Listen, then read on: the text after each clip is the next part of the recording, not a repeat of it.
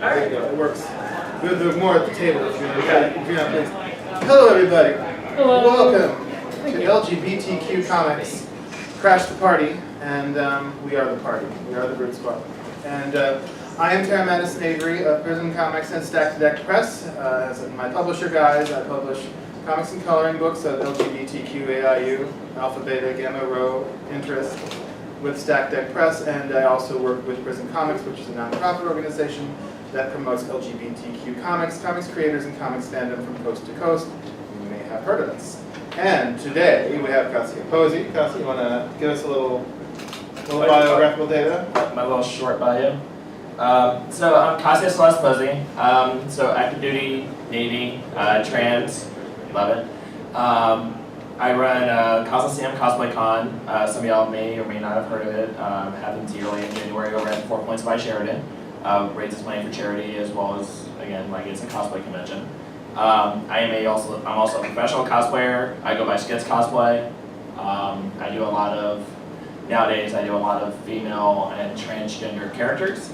That a lot of people did not know that the backstory of them were trans, which we'll probably get into later. I don't really want to go on about this list because my resume is way too long. We'll give Gillian a chance to introduce herself. I'm waiting for Q&A to find out what a professional cosplayer is. Hi, I'm Gillian Cameron. I'm older than any of you.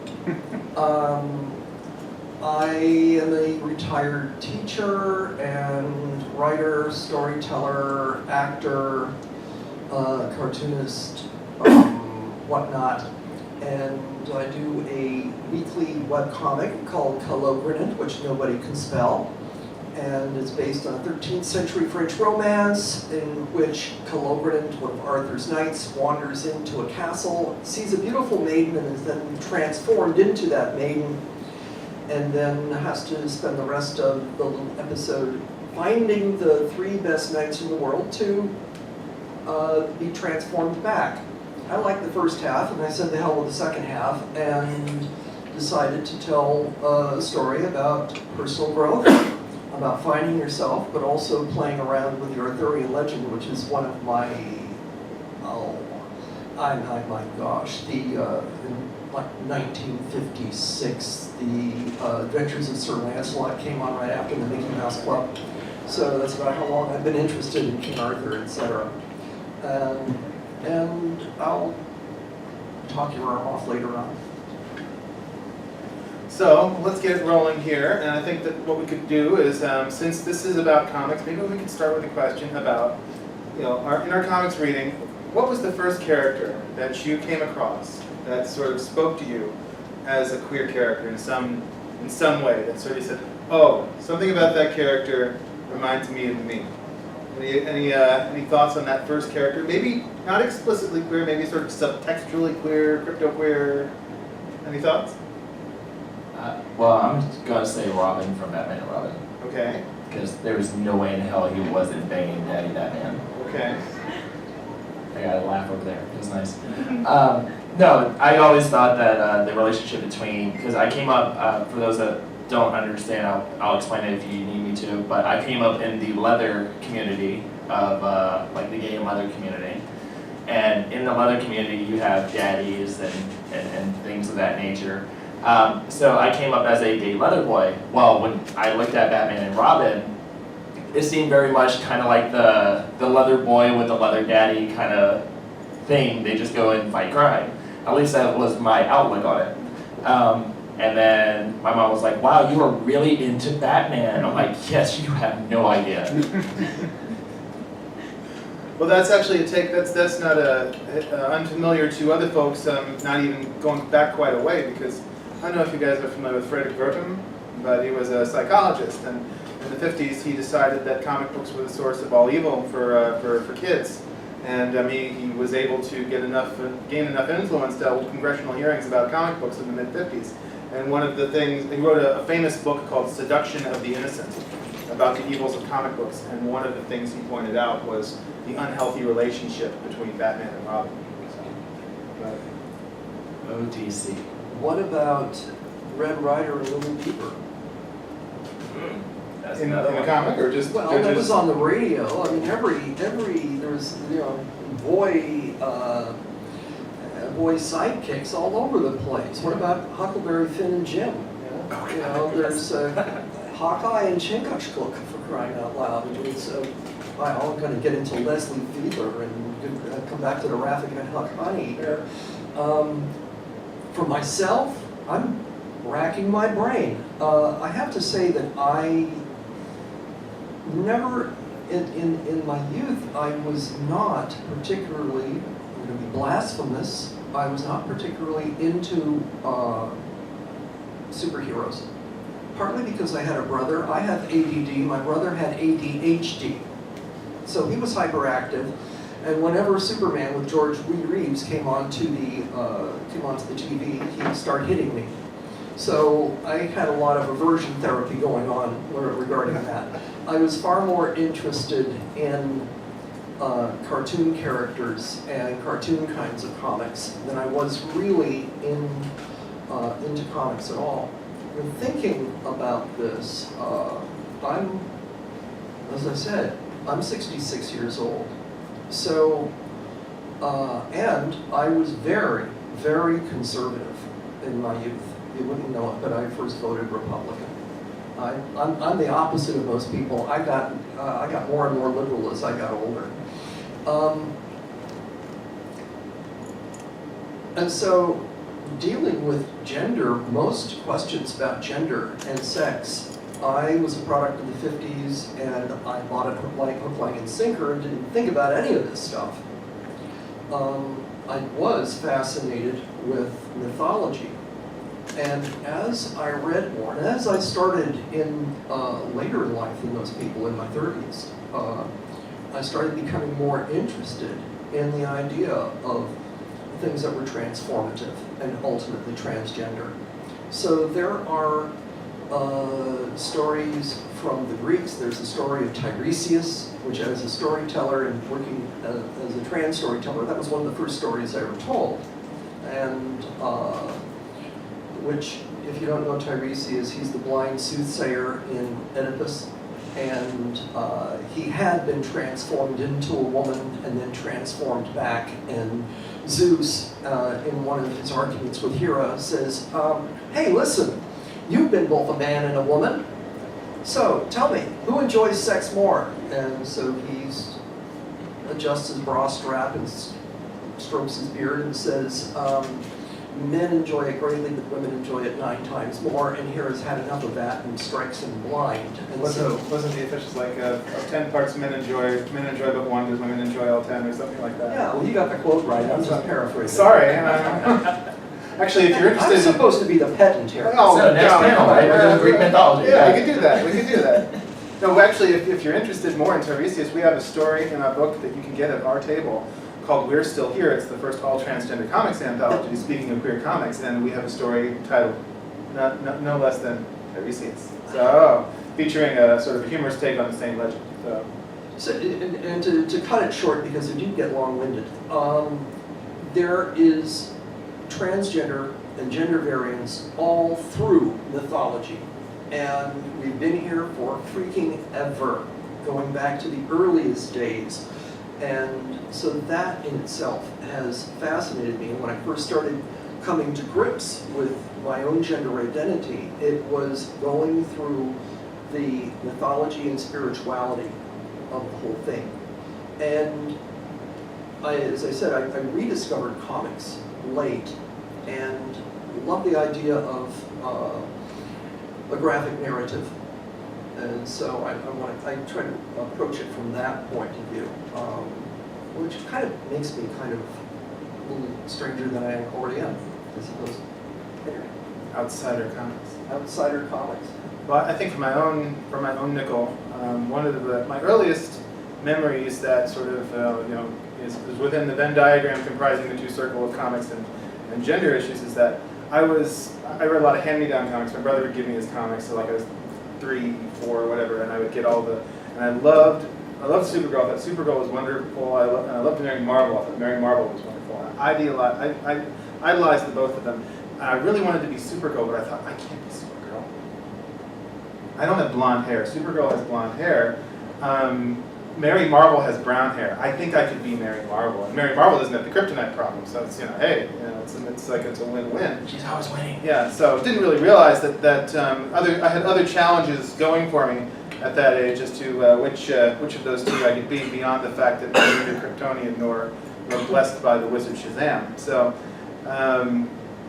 that was one fairly early one, and then I guess later when I was had just started high school.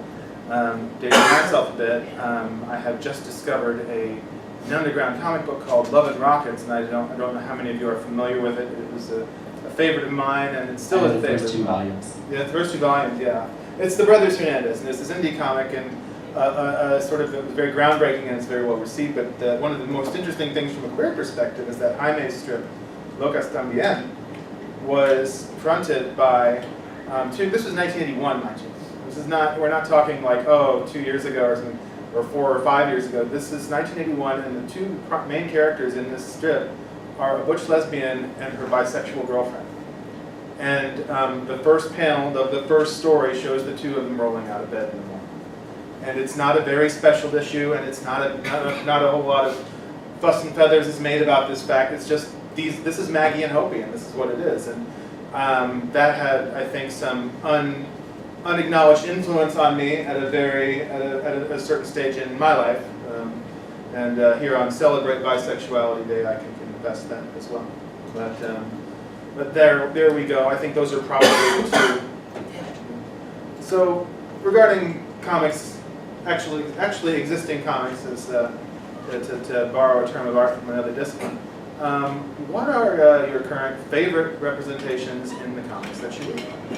Of LGBTQ, whether any letter of the alphabet, color of the rainbow. Are you asking us? You're asking Well, why don't you do it? You got I actually was bring it confused on. too. I Bring it didn't on. know. Yeah. Yeah. It's actually not a comic, but I will give props to the author, Rick Riordan. Okay. The author does a really good job in the Magnus Chase series.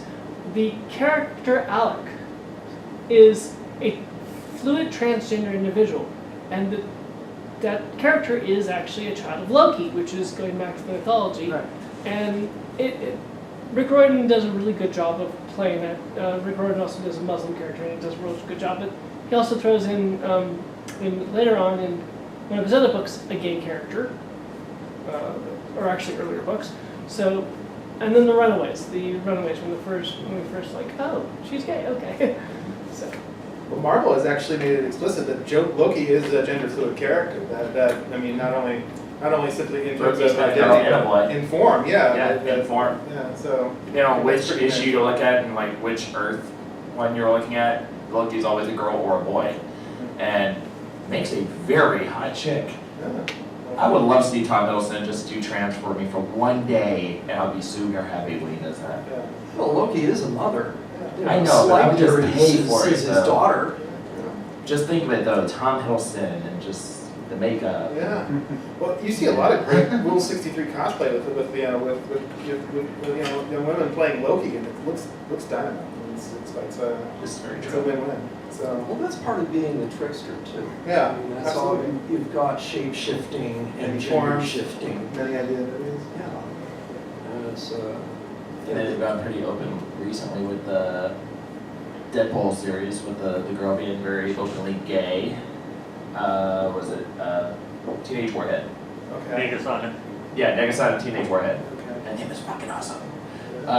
But no, she is openly gay in the Deadpool 2 movie, and when they start to figure that out, nobody was like, okay, she's just the way she is in the first movie. She's just kind of a butch kind of girl. But then you actually see it in the second movie. She has a girlfriend, and it's a running joke between Deadpool constantly going over and telling her hi, and she's paying him no mind because she's all about her girlfriend. Well, this kind of, the Deadpool 2 came out, of course this year, and I saw it on the plane, like I see a lot of movies these days. And so, but one of the memes around the time that it came out was, Deadpool is a bisexual / pansexual / fluid, however you, whichever term of art you use to describe the character, and of course with the relationship you mentioned here, there was this big media blitz. Like they have the first gay characters, out queer characters in Marvel movies, and Deadpool said, "Did I just get erased in my own movie?" But it was it's kind of funny. But to be fair, I don't know how much they've done in the first movie getting rammed up the butt. But actually, I was rather amused by the Celine Dion video with Deadpool, dancing in stilettos, which is something I can't do. that's why they pay Ryan Reynolds the big bucks. Anybody else have some sort of current, comic series or something that they're particularly enthusiastic about that has an LGBTQ character or take? The Venture Brothers, I think, surely was one of the best characters because he's gay, but it's never about being gay. He's just the second most lethal guy in the team. It's Yeah. I haven't seen the recent seasons of Venture Brothers. I think I kind of lost the plot a few seasons ago, so I'm definitely going to have to check back in on Catch it. up. Yeah. You need to catch up. I need to catch up. So, I bet you're over there smiling. I want to hear what's on your brain. You just say funny things. Huh? You're just funny. You are funny. Well, looks aren't everything. So now. No, that's not what I meant. So I mean, we're talking about what is in comic. What would you like to see? I mean, where do you think they're not representing accurately or properly or to the greatest extent? What could we use more of in comics in terms of queer representation? I'd be down to see Wonder Woman get a little bit more queer in the film set of things because she does get that way in the comic series. Yeah. She's talk about She's canonically bisexual. Yeah, going back to the mythology of things, she really does fancy women, and to some extent, certain parts of the comic, she fancies women more than men because they're less complicated. And so I kind of want to see that portrayed a little bit more versus how they're doing it now, where they have her as a very naive, very hetero kind of female. I think if she was to go more into that other side in like the film series, I mean, first off, the girl that they have played, I mean, she's hot. And I would love to see her actually going to the whole role of what Wonder Woman is about. And it's not about the gender, it's not about anything else, it's just she's a very strong woman no matter what she's doing. So I would love to see that in the film set. Yeah. Well, I heard an interesting fan theory about how they come up with new Amazons on Amazon Island, or on Paradise Island or Themyscira, whatever they're calling it this year. Themyscira is probably the most appropriate name, but the fan theory is that there's sort of the notion that of course Themyscira is for women only, but it may also include trans women, and and some of them may still have perhaps the Reproductive original organs. plumbing. The so to speak. original And plumbing. That's how maybe that's how they repopulate. But you can Are there only also- do that within the first 3 months of hormones. There you go. After that, it's kind of. After that, you kind of dice Yeah, it. they don't. Yeah, you don't. Population You control. don't produce so much. So I gotta keep them on us. Any other thoughts? Here? Well, I can, speaking just from the trans point of view, my own character, I'm on to the 4th book, and being trans has become about a few levels down. It's got nothing to do with the current story arc, and I like that. And it's what I want to see, just as I want to see in life. I want that person who works at the DMV simply to be the person that works at the DMV who happens to be trans. But after a certain amount of time being trans, being gay, being lesbian, being anything, gender fluid, if you're going to go buy toothpaste, it don't mean shit. And I hate to say it, but I'd like to get some of it to a point where it's a little boring. Well, that's my job, making the boring comics. I'm the indie comics representative in the room here. Oh, well, we all are in a way, but mine is more, I guess, naturalistic slice of life, and so I do the stuff that people talk a lot over dinner and talk about their feelings and things like that. So yeah, I'm holding up the boring end of things with all you You're action not adventure boring. types around me here. You're not boring. No, you aren't. You're out having adventures. You're going to cons. Well, that's where I get my adventure in. I have it here in 3D space. Does she sound like she's boring? Tiny. So, I don't think so. But anyway, so you know, we've had a lot of we've made some strides, had some setbacks. Our visibility has increased in recent years in the comics and in other media. But once upon a time, and not so very long ago, there weren't a lot of explicitly queer characters around.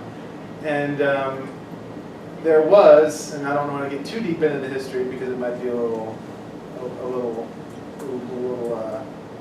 pedantic, but there was once upon a time characters who were kind of crypto, who were kind of like Batman and Robin, it wasn't known, but you could, if you sort of you know, hold it to one side and look at it, it's like, oh, come on, what's gayer than that? Like Harley Quinn and Poison Ivy. Right, there we go, yeah. So, I don't know if anybody got any characters from way back when they think there's one classic one for me. Who is a Legion of Superheroes fan or has ever read Legion of Superheroes? Okay, so this was there was a story, and I used to read a lot of Legion reprints and Adventure Comics, the digests, and other story along with the current run of the series. And there was a character, Element Lad, Jan Era. Has anybody ever heard of him? And he wore, famously, he was introduced as very pretty sort of pleasant young man in a pink and white costume. His very first costume. And by the 70s, of course, and he got this weird hair, looked like some bondage wear. It looks like they redesigned all the costumes in the 70s. They look like sex bondage. The less you wore, the stronger you were. Exactly. So, but he was introduced in the story, and he sort of confesses that he's not like most boys, and that he's not interested in the same things. And it's never really, but it's very clear that Element Lad is a young gay superhero, just trying to get into the Legion, and you'd think by the 30th century they would have figured out that it's all okay, but even the 30th century is a lot different than it used to be. So, I don't know. I think another character that I always loved was Duella Dent. Okay. Because Duella Dent's character was very all over the place. Joker's daughter? Sure. Yeah. Joker's, Penguin, Batman's, everybody's daughter, whoever the hell she picked as daddy at that time. Because that's the storyline of her, is that she's supposed to be Harvey Dent's daughter, that's the last name, Right. but she decides that because she's so damn crazy, she's got to go tell everybody that they're her parents. Yeah. So there's still like a little loss in translation of who's mommy and who's daddy. But I love her character because outside the fact that she just looks amazing, but she doesn't know anything as far as like gender when it comes to who she's attracted to, or even age, because there was a couple of series that they pulled off the shelf immediately where she was very interested in a boy that was in junior high. So he was like 15, 16 or whatever in the comics. And then equally as though, she was also attracted to the boy's girlfriend. She's like, how did it want to go? She's like, oh my God, they're so pretty, they need to be mine, was her words. And so she's doing, what she needs to flirt with them. These kids are so young, they're so naive, they don't get it. And then Joker's having a conversation with Harley, and he looks over and he goes, oh, what the hell? He goes over and grabs her and goes, look, we're bad guys, but this is messed up. And she goes, but Dad, I want them. He goes, look, you can have things, not people. Even villains have limits, right? Oh, there's a whole, 3 pages after that where he was like, I need counseling, I need this, where's Batman when you need him? The whole little dialogue after. And then there's so much controversy in the comic series that they pulled it off. Not to mention that, yes, it's sexuality, but then it really goes into other dark areas that we don't talk about these days. But yeah, Duella Dent's one of those, my favorite characters, and then of course talking about the Harley and Poison Ivy love fest. I'm ready for Catwoman to get added into that trio, because I'm sure that's right there somewhere. You keep mentioning it's it's the day 4 of Catwoman canonically by. So nobody's surprised by that. Nobody is. I mean, she's a feline. Yeah, It's fine. Cats. So, what are some of our fantasies? There's of course fan fiction, and fan service requires a touch upon shipping. We all know a little bit about shipping, relation shipping. For those of you who don't gather my meaning, does anybody out there have a ship that they would love to see? Go ahead. When you say Either, yeah. fantasy, you might have to. Oh, shipping. If you guys aren't familiar, maybe it's like when there's fanfic and people write fiction or draw comics about characters owned by corporate megaliths like Marvel and DC, or perhaps some fantasy novels or movies or series or Like whatever. Harry Potter. Or Star Trek is famous for it. Kirk and Spock get it on, make it out.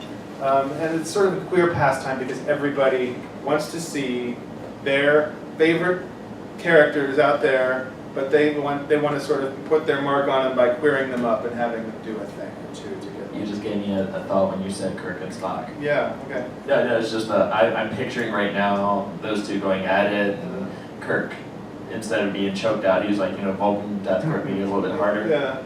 That's just something I'm thinking of. Yeah. So I'll bet you that's all you've been written because I've been writing that for decades. But again, it's sort of an aspect of queer comics fandom that is I don't know. It's not everybody's a fan of it, but it definitely has its prurient interest. Yeah. Anybody here a Harry Potter fan? There you go. Yay! I think one of my favorite ones was actually written by a high school friend of mine, Kishanta, back when the whole franchise kind of just like made it big, right? And everybody had their favorites, and and who didn't love Malfoy at the time? Like Malfoy was sexy, like the boy is sexy, very sinister, very sexy, and it works. Kind of like a very much younger Spike from Buffy, was how I looked at it. Well, she wrote fan fiction on a relationship between Malfoy and Harry, where he was always so mean to him because he was trying to get his attention. And then she wrote it. It was like really hot. Like they're in the cafeteria, and Malfoy goes underneath the table, unbeknownst to Harry, and starts like rubbing up his leg, and he's like trying to keep a straight face because everybody's right there for Gryffindor, so he can't really react in any certain way. And so Malfoy does what Malfoy does, and he releases, and he's just making all these expressions. The whole time Hermione and Ron are having conversations with him, and they're like, "What the hell's wrong with you? You were very excited about whatever the hell's going on." And he goes, "Yeah," he's like, "Oh my God, yes, I am. Yes, I am." And then finally he releases, and he's like, "Oh dear Lord. Oh dear Lord." They're like, "Are you okay?" He's like, "I always pray after dinner. It's okay. I always pray after dinner." And then Malfoy gets out and goes on, and then later on it's Harry going after Malfoy. It was back and forth, and it was my first introduction to fan fiction where people would take characters and do something way off base with them. And I mean, I was in, 9th grade when I first read my first fan fiction, and this was what I got introduced to, and I was telling her, and I'm like, "Look, you need to write me some more of this, because this is better than what I'm watching on TV.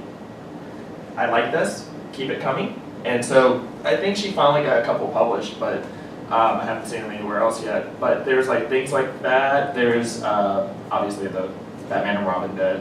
That's always going to be a favorite of mine because there's just something in that. It's just really hot. And then I've also seen, strangely enough, fan fictions with Power Rangers. I love those because you get into the little punny like one-liners of, instead of saying it's morphin' time and all those other ones, they come up with other different ones that are more adult. Yeah. And then, I don't think we have to think too hard on some of those. Exactly. They'll probably present themselves fairly. Alpha 5, everybody knows who Alpha 5 is, right? From the original Morphin Power Rangers, the little robot that goes aye. See, Power Rangers are kind of after my time. That's kind of like they were. They're still during your time. Well, I mean, yeah, but I was into. You trying to say I'm a baby? I'm saying you're younger than I am. That's fair. I've got bras older than you. Damn. So you mentioned that your preferred representation would be something a bit more quotidian, a bit more mundane, like I'm afraid so. real life. But you do a sort of a very fantasy, a strip, a comic that's steeped in legend and fantasy. Well, absolutely, and the Arthurian legend is all fanfic.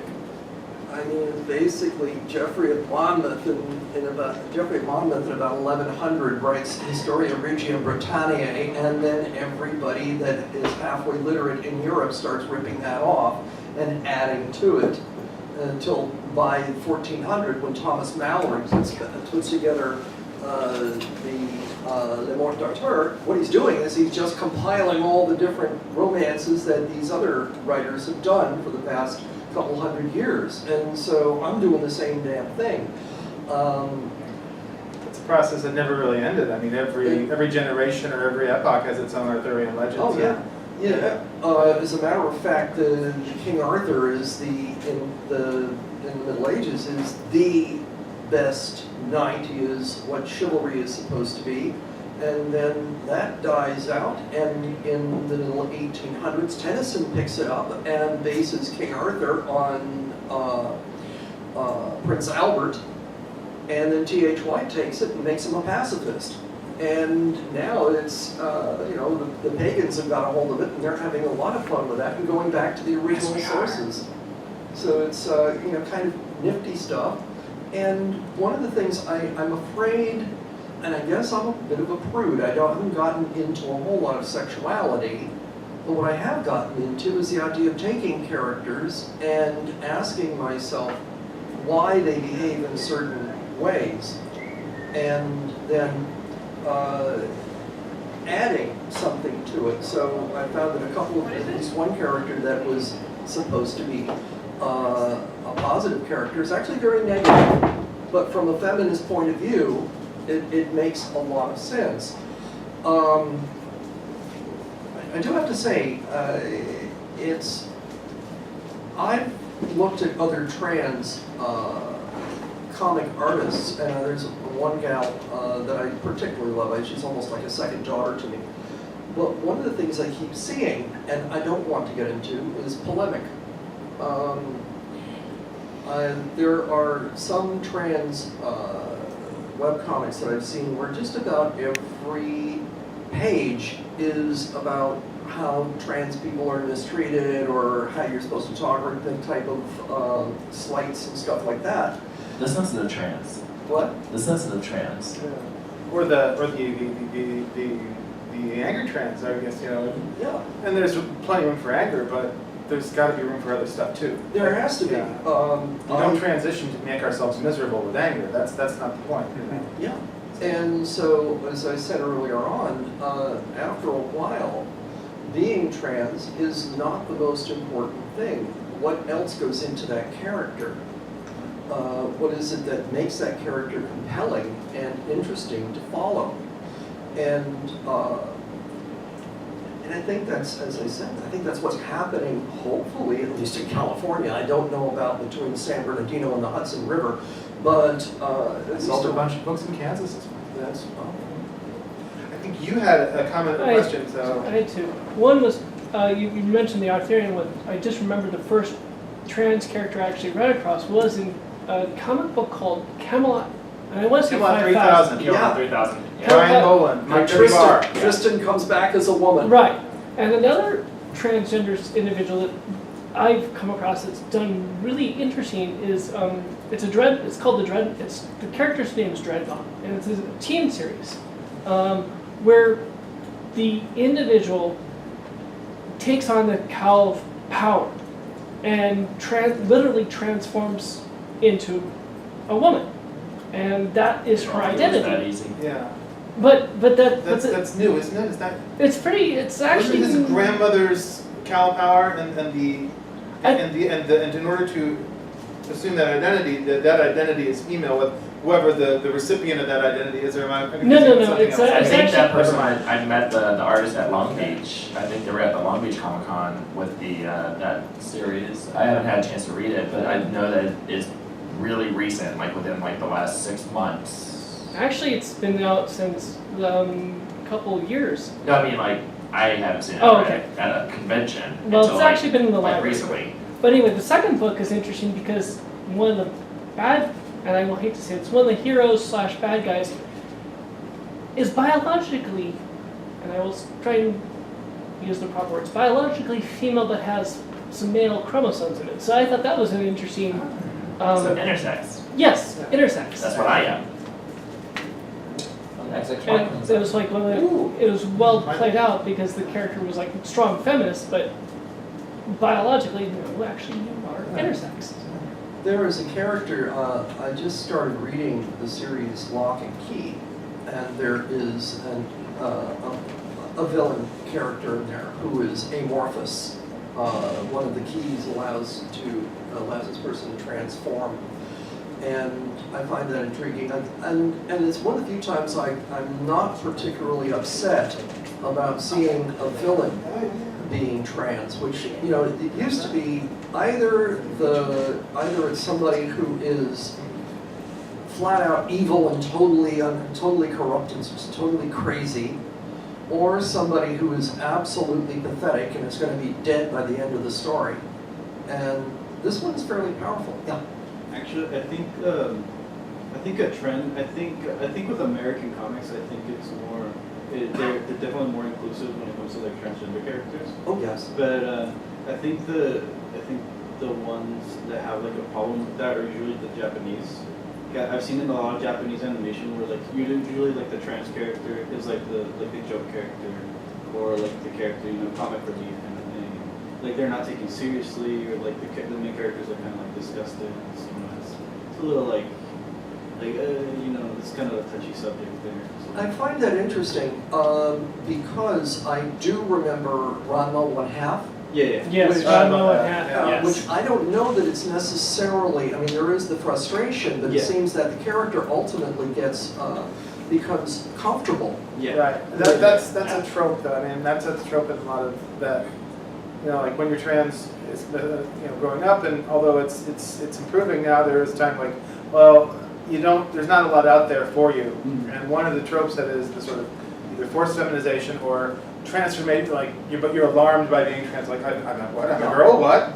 And there's that sort of trans wish fulfillment aspect that's like, boy, I wish that would happen to me. But then you have enough. The story gives you sort of an out, like, oh, this is such a horrible, weird thing, and like I think of a movie that nobody has probably seen except maybe you. With Debbie Reynolds called Goodbye Charlie, where she was like some cigar chomping sports writer, and then she wakes up as Debbie Reynolds one day. Exactly. And this is some horrible. And that was ripped off thing. later in Or a Jekyll and thing Hyde. called It was with Dr. Jekyll and Ellen Sister Barkin, Hyde. wasn't it? Yeah, Dr. Ellen Jekyll Barkin and was Sister voiced- Hyde. yeah. The Ellen Barkin one. Yeah, that was a great movie too. It's like, Guy by day, hot chick by night. Exactly. I mean, but that's partly because you're dealing at a time when you don't want to deal with it head on. As when I was younger, you just didn't even think about this kind of thing. There was a book by James Clavell called King Rat, and that took place in a Japanese prisoner of war camp in World War II. And there was a character by the name of Sean, who was a British pilot, who was shot down by the Japanese. And there in this prisoner of war camp, they've been able to scrounge enough together to create a theater by bribing the guards and so forth, get the costumes together. And Sean has been recruited to play the female parts because he is slight and so forth. He doesn't want to do it because this is something that's been scaring the hell out of him all of her life. I mean, let's be frank. And ultimately, she becomes the leading lady. And she is pretty much accepted by everybody as a girl until the camp is liberated, and then everybody goes back to the standard exceptions and non-exceptions, and she is abused and insulted, and eventually is there on the beach, puts on her makeup, puts on a beautiful dress, and walks out into the sea and drowns. When that was made into a film, there's only one mention of that character. They did not want to deal with it at all. And that's the way it was in the 50s, the 60s, the 70s. It's interesting if you go back and look at Some Like It Hot, because the Jack Lemmon character actually does connect with being Daphne. Jerry connects with being Daphne and has to kind of remind himself, well, wait a minute, I'm a guy. And of course, at the very end, There's that famous line, I'm a guy, it doesn't matter anyway. But Nobody's perfect. I think that's what I was going to know. It's something like that. and it's used for humor, but I think it's used, I've watched it again, and it's just sensitive enough that it kind of works. We don't Yeah. ridicule him, we just kind of feel his confusion at a time when this just doesn't happen. It's pretty sophisticated from a movie from the 50s about the 20s. Yeah. Yeah. It's like- Well, that's Billy Wilder. yeah. So. I will go back on that when he was mentioning about in Japanese anime and things of that nature. I think it's gotten a little bit better. And the reason why I state that is, for instance, just anime in general, just anime. If you watch the Fate series, well, Arturia Pendragon is King Arthur. And so you have a predominantly historical male guy who is portrayed as a female, very strong female too. And the same goes with Mordred. Mordred is also Saber of Red, also a female. These are strong characters. A lot of the other characters that are portrayed very hetero in history are very loosely sexual to both sides in the anime series. What's this one called again? Fate. Fate Stays Night is up to, I think, Apocrypha or Great Holy Grail now or something like that. There's like 4 series. It's Apocrypha. But yeah, there's like 3 or 4 series now. But it's an amazing series, and it's great for anime as far as like the storyline and everything, because these are characters that, I mean, they do go a little bit to the extreme with some other characters, like Spartacus, for God's sakes. He's known as a berserker in this series, and he's this giant god of a man and doesn't give a damn about anybody, like Spartacus would. I think they also have Achilles, which is really funny, because he shoots arrows and gets an arrow in his freaking ankle, which is just hilarious. But other characters from other things, so I'm a big fan of the video game series that you would get for anime. I watch Street Fighter, I watch the Tekken series, I watch all these. One of my favorite characters that I cosplay as is Poison. A lot of people don't understand that Poison's character is a trans female. The storyline behind her for the Japanese versus American character is, in Japan she is post-op, in Japan she's post-op, in America she's pre-op. So it's kind of the running joke, over there she's fine, over here she just tucks it away. But that was during a time where in video games they didn't want to see 2 characters, predominantly a man hitting a woman. So they were like, okay, well, we're going to justify it by saying that she's trans, which is a really messed up way to tell somebody that this is how we're going to justify something. Yeah. We're going to justify it by saying that it used to be a dude, so it's totally okay. However, as time has progressed, because in the 80s all this was very new and was barely even out there. Hell, it was still hard at the time. You're just getting out of the, what I call the gay bash nation, because everybody was still very hard on the gay community and things of that nature. Oh, I remember So, the 80s. Driving. yeah, I lived so- in Kansas in the 80s. People So you can chased down imagine, by people who ripped your car door. exactly. So you can imagine going from that to telling somebody that you want to be a whole new gender. That's way out there, and that's probably not even on your mind at the time. Yeah. So fast forward into the 90s, that was when that's kind of started to come out a little bit, where they were like, oh, okay, it's a trans character, whatever. Well, anybody that ever played a game or seen the series, she's a bad bitch. She really is. And it wasn't just her, because Poison had a best friend, Roxy. Roxy's character's from LA, who is also trans, and it is also a badass character. So it was always Roxy and Poison, and then they're loosely getting into more things now in their series where Chun-Li is even experiencing sexuality with women, and Kimmy. Let's do some audience questions here. Oh, Okay, so we sorry. got one right here, and we'll give everybody a chance to chime in. How has the narrative of the coming out story been evolving In general, or in this particular? in general? In general, that's the thing, is that there are 2 takes on it's like, well, we all need another coming out story. And I don't know, I think that if you have an interesting story, a coming out story is not only, it's worth telling and it helps people. I think that there are certain cliches though, do they all have to be horrible, do they all have to be tragic, cast out on the streets by, sometimes they can be funny and silly, like I did a coming out story for a character of mine, Gooch. I did a bi-feed webcomic called Gooch, and he came from a strip that I did earlier called Dirtheads, about underachieving and underemployed 30-somethings who lived in a college town, no relation to anything real. I'm going to show you. Just I wanted to have a coming out story, but like if you get these like somebody's 32 and is a software engineer, you don't have the usual like, oh, this person's going to get kicked out by his parents, or is going to like just somebody who gets they go to this show where this rock show where the lead singer of the band is trans, and he's a big fan of this trans lead singer, and seems to be too enthusiastic about all of this for one reason or another, and all of the other people going to the show seem to notice this, and even like adopts a whole new look for the show and everything, and he gets ridiculously drunk, embarrassed So he's himself, transsexual. and then ends up he's bi, but he ends up going to bed. Transsexual, meaning he loves trans. Oh yeah, he's transamorous, transsexual. Yeah, like transsexual. Yes, yeah. So that was one of his NP ends up going into the green room with the lead singer through a series of misadventures involving falling down a lot and looking for whiskey that he didn't have to pay for. So, but anyway, I digress. Either of you have thoughts on the coming out story as a Well, for mine, for Callie, she's been out on a quest. She goes into the castle and boom, she's a girl. And first of all, she's saying, yeah, this is great. And then she says, oh shit, I'm a knight. Now what am I going to do? And so she and Merlin go back to Camelot. And I thought about this. This is a different world. A good portion of those people have either loved ones or themselves have been under enchantments. So, I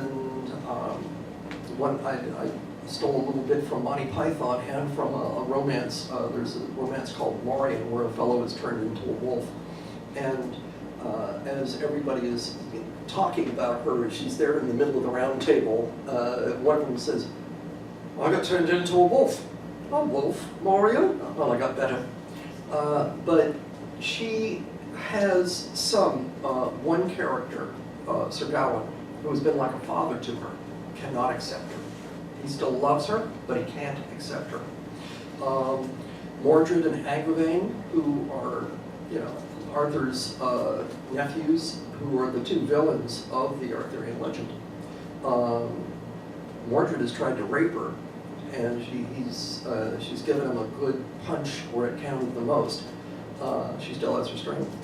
But he has gotten Agravain, who is just stupid and evil, to want to destroy her. But the other ones are all kind of ambivalent. Sir Bedivere, I had one part where I see the reactions, and Sir Bedivere says, nice looking girl, reminds me of my daughter.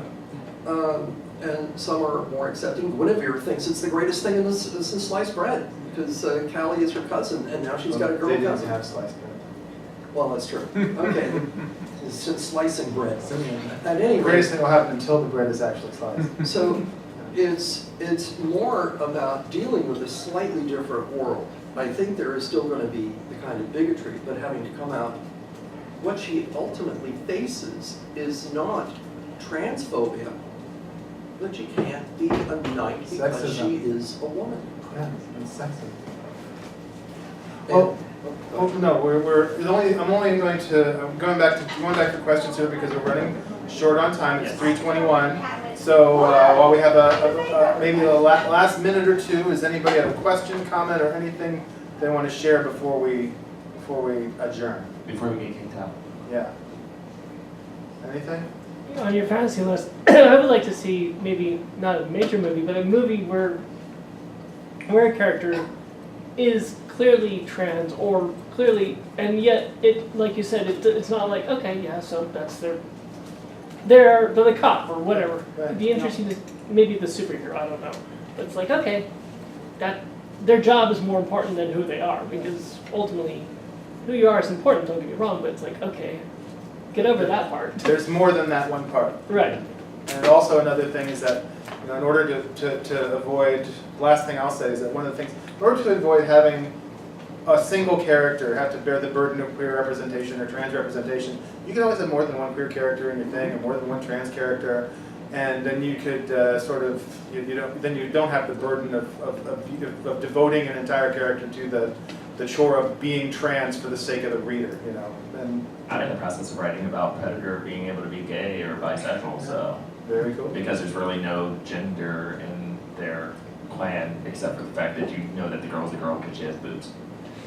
That's basically about it, so. Well, we thank you for coming. We are inside the exhibit hall just across the way. We're selling comics and coloring books of LGBTQ AIU interest, including Gillian Cameron's Calogrenant, We're Still Here, the world's first all-transgender comics anthology, and we've got the very popular series of butch lesbians coloring books. And I'm not kidding. I'm very. It's one of those little happy accidents. Turned out very successful. I didn't expect it to be quite so popular. So, little yay for me. Yeah. So, okay. Thank you so much, and we really appreciate you coming.